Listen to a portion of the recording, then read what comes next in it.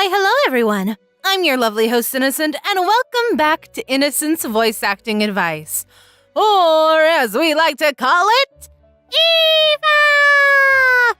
Today's topic is voice acting and pay-to-play. I brought up these types of sites a while back while talking about auditioning, but I figured I should make a dedicated video to it, since now I have more information on it. Am I on one? No, I can't afford that. But do I think they're bad? Not entirely. Personally, I think they're a bit of a waste of money and everything else, since anyone that has money can just be on there and audition for things.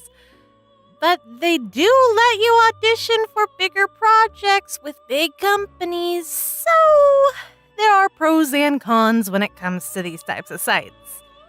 Backtracking a bit, these pay-to-play voice acting sites are a service that you pay for to get to audition for projects. The sum of payment is anywhere from $100 to $500, ballpark. But that is for a year subscription. Realistically, if you land the right job through one of these sites, you can pay for the subscription in full and then make profit. Sites like these include and are not limited to Voices.com, Voice123, and VO Planet. Each have a different rate of joining, and each offer different types of projects to audition for. Some even partner with big companies to have them post exclusively to their site to find talent. They're not a terrible thing in themselves, but when you're just starting out, they can be like hell.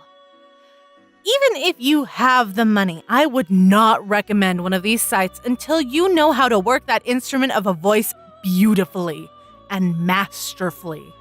These sites are full of competition, good and bad. But having all the skills you could ever possibly need under your belt will help you book more roles this way. There's no gatekeeper keeping out anyone who has bad quality or can't act. There's only a paywall. All in all, if you've been doing VO for a few years now and have a great setup, a booth, a demo, I'd say these pay-to-play sites can help you bump up to the next level. But only go into it if you can drop about $500 easily without regret. You don't need to go to these types of sites.